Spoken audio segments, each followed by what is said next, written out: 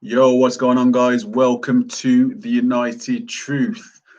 Okay, so this is your daily update, guys, and we're going to go through exactly what happened yesterday into yesterday's transfer window.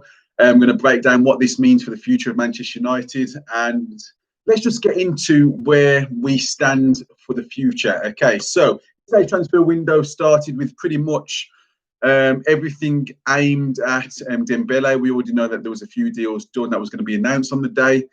Now, for all the signings that have been announced, we had Cavani announced, we had Traore announced, we had a guy from Uruguay announced as well.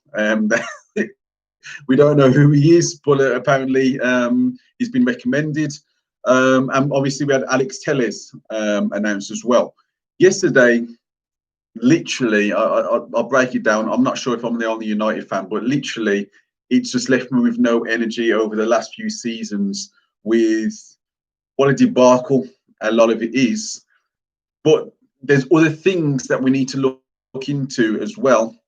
And there's other signs as well that we might potentially be moving forward in more ways than one. So, yeah, one thing I want to get off my chest first of all is I've been looking all around YouTube because I like watching all the other fan channels as well, and just seeing some of the disgraceful behaviour. 1 second, let me just get some battery into this before it turns off. Yeah, so the embarrassing nature of some of the fan base, the way that they've disrespected Cavani, it's pretty much made me sick. This is somebody who I think in the last 10 years has been one of the top 5 goal scorers around Europe. And I've been seeing stuff, he's just awful mercenary and stuff like that. And these are the same sort of fans that will go at Graham Souness for, saying his ignorant things. In what part of Cavani's career has he come across as a mercenary? Has he come across as somebody that doesn't fight for everything, that he doesn't press from the front? Well, like, Robin van Persie's come out today, and like I confirmed yesterday, Robin van Persie wanted Cavani from when he became available. This is somebody who's scored goals for fun around Europe. It makes me sick that people are now questioning, why is he getting the number 7? How have we given Cavani the number 7? Why does he deserve the number 7? That's the Cristiano Ronaldo. That's the Brian Robson shit.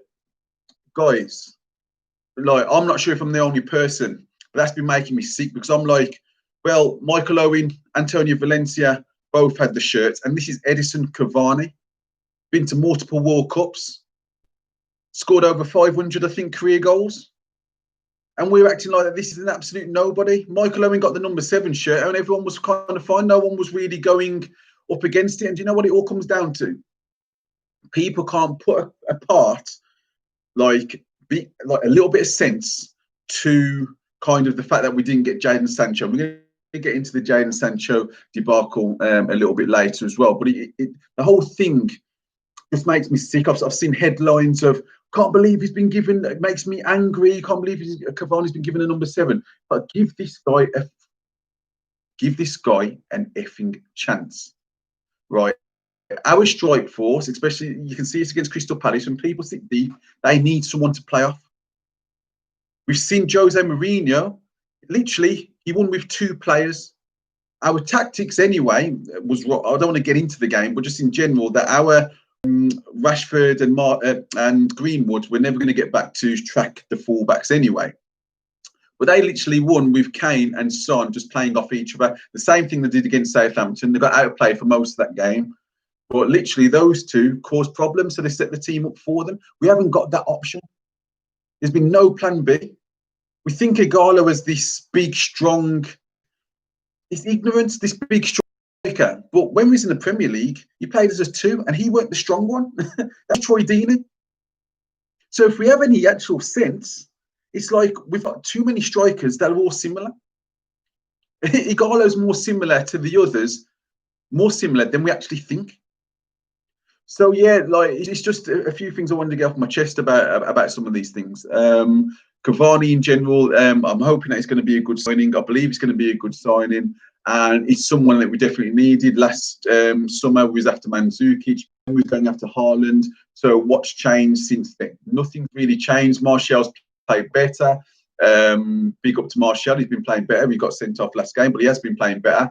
But we need those other options. That's what Manchester United is all about. And the fundamentals, and this is my biggest problem, the reason why people are so angry about not getting Sancho, and including myself, is literally because I know that we've been kind of duped a little bit. And I think embarrassing the transfer window because we've been after a player and literally it was never on.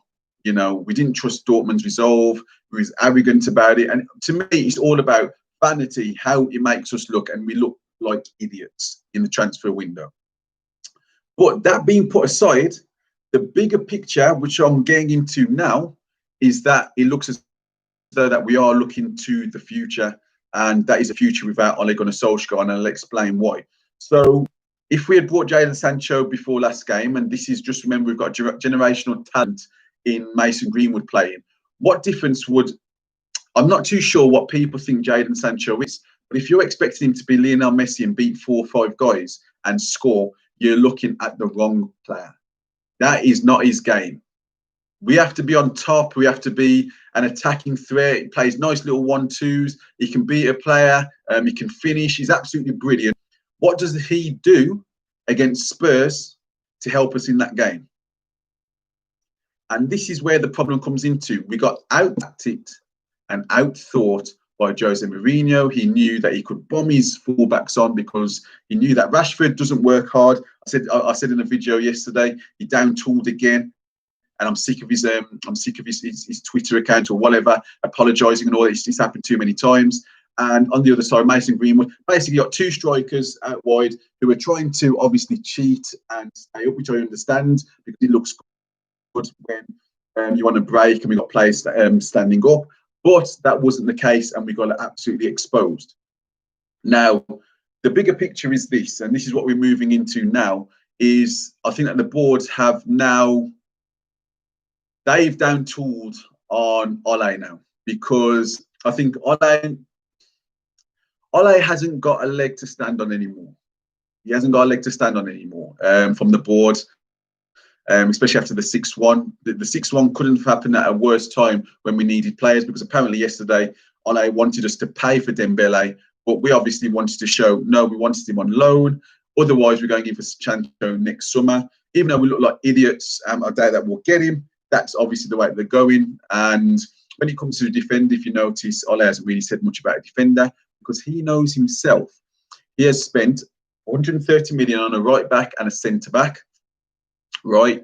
He vetoed that. He didn't really mind. He didn't really mind about the money when really we should have been looking further out wide, and he didn't. And that's down to the manager. He made him captain straight away, so he believes in him. He believes in AWB. The fact of the matter is, I am bored of hearing every single year we need 4 or 5 players, and then those are the players that the manager's brought anyway.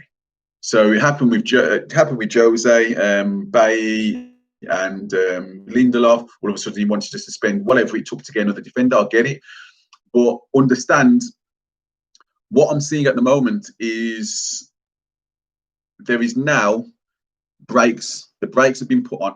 The brakes have been put on. Because we are in a pandemic and we've got an inept board and we've got like awful owners, but the brakes have been put on now because the way that they're seeing it is like when Klopp got given his money, number one, they had to sell his best player in Coutinho, but number two, any time that you saw Liverpool, you knew that they were going to create loads of chances. So yes, it might have been 3-3 or 4-3 or 4-2 or whatever, but you could see what was building. Apart from 8 to 10 games last season, right, we can't see what Manchester United building, what our style is, how we play. Now, to save Ole, and if Ole wants to save himself, he has to own up to the fact that he is not a very good attacking manager, and he's not a very good manager. It's hard to admit that to yourself. So His best performances were when Manchester United were playing with a three at the back. It covered Maguire. Maguire looked better. It helped Luke Shaw as well. And it allowed us to play with two strikers up front. That might be something that he needs to look into, or bring in a new board, a new coaching staff. He needs all the help he can get. I know that he deserves the sack. But if he's not going to get the sack, then he needs to bring people in to help him. I like Ole just like the next person, but I'm also not as sentimental when it's destroying the club. And the fact of the matter is this: failed managers, and he pointed to the fact of Jose Mourinho and LVG, and he's been quite scathing on them. You know, all the managers blame this and blame that. So he's kind of doing the same, but he hasn't come out and said it. He's done it to defend. But I think most of his Avenger type supporters are literally just supporting him through anything. So they're basically saying he hasn't been backed, he hasn't been this. But from the board, I'm thinking that from a business point of view, not thinking as a Manchester United fan, give him all the money he wants. If he wants $1 billion, give him $1 billion. As a business point of view, right? You broke a world record for centre-back, right? There's other teams who are spending not even half that money. They're getting like defenders for 30 million and getting the best out of them because the defensive shape isn't exposing them. So if we don't think that the defensive shape that's from midfield, that's from the pressing from the front, isn't exposing Maguire, Lindelof, or anyone like that, then we're sadly mistaken. Another thing that's been making me laugh is Arsenal have been doing everything so right now because of this window. They've done everything so right. Do you know why they've been doing everything so right? Because they've won on the pitch. They haven't done anything massively amazing that Manchester United couldn't have done. Where's the energy for they've waited till the last day of the window to get Thomas Partey? He had a buyout clause. Why wait till the end? And do you know why no one's highlighting that? Because they're winning. And it's the same with this as well. If Manchester United won all 3 games and played well because we've got the players to do it, this Jadon Sancho thing would be like, well, you know, it was a lot of money. We are disappointed, but we've just won our first 3 games. But literally, we've been outplayed in all 3 games. Inept management. The players, he's selecting the wrong players. He's not strong enough to bench certain big personalities in the team. And we've lost 2 of the first 3 games. So now it's like this desperation. Everyone's lost energy. Everyone's getting so angry and angst about we didn't get this play. But the only player that we didn't get is Jadon Sancho. And it looks as though we didn't want to pay the 120 million euros. And the fact of the matter is this. We look like idiots, like I said earlier, because Dortmund had said what was going on. And we still were sending out stuff to the media and stuff saying, basically, we're still in there. We're waiting to make the bid. So we look like an absolute bunch of idiots. It's more about how we look. But the fact of the matter is this year, we've got this Traoré. Now, this guy looks like a special lad. We've got the guy from Uruguay, Perry. I don't want to get his name wrong. And at the end of the day, they look promising. They look promising. So I know one can't join, Troy can't join until January. We've got Cavani now. We've got Martial who can play out wide if necessary. We've got Rashford who can play out wide. Obviously, Mason Greenwood. We can play an option of a 2 up front as well, playing off each other with a 3 at the back. I think people are starting to look at it and think, we need to see more from you, Ole. We need to see more from your tactics and your style of play for us to go, do you know what? Like Liverpool under Klopp, do you know what? Even if Coutinho goes, because just Liverpool missed out on Van Dijk in the summer as well. That summer, they got him in the January. So if someone said now to at that time, we can see with Klopp, we can see what he's trying to do, we can see what he's bringing.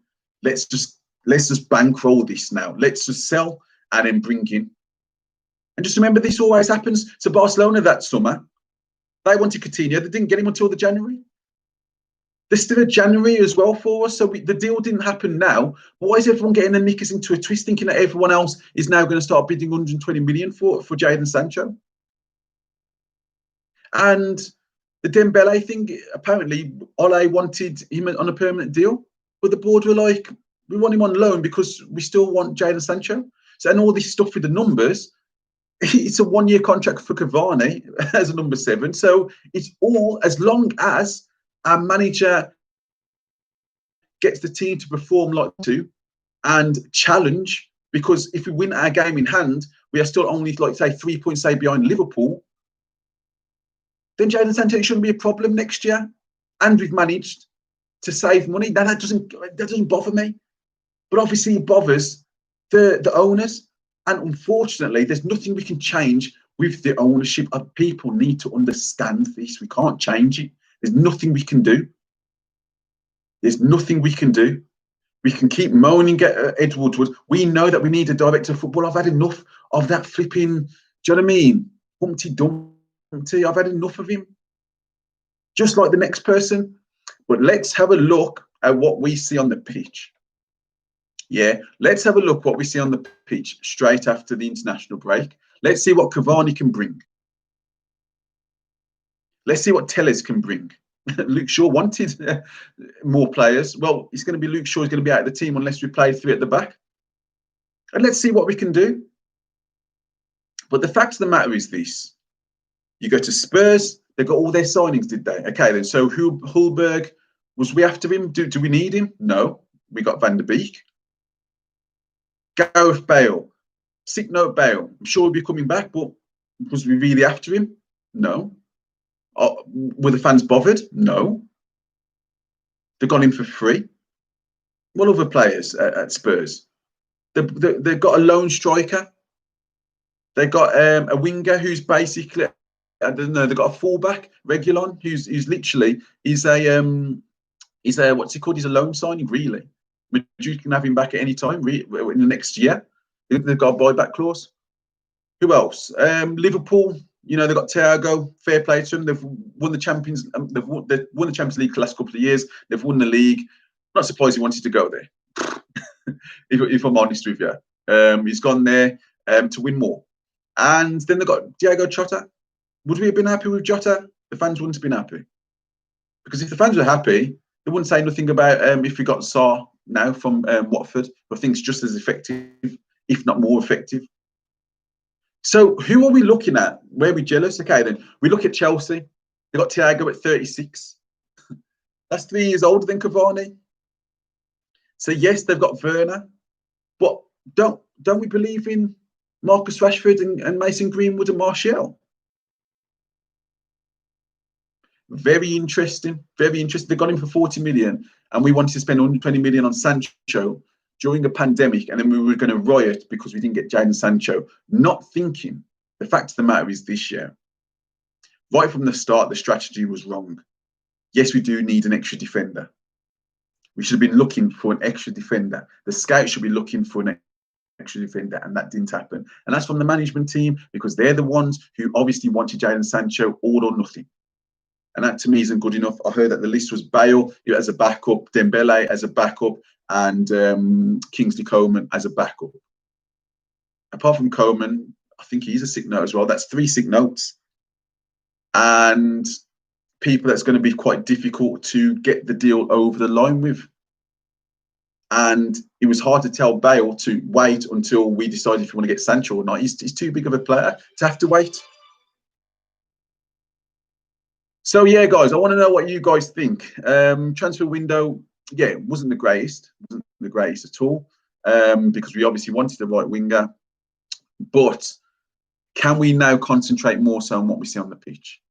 Can we now look towards January, leave this period now, understand that we have got a squad capable of finishing in the top 4? I don't want to hear that all of a sudden all the other teams have got, like, the top 8 have got better players than us, because they haven't. What they have is a better manager. So I want to know what you guys think. Do you think Ole Gunnar Solskjaer has been completely wronged, or do you think that he needs to do more with the players that he's got?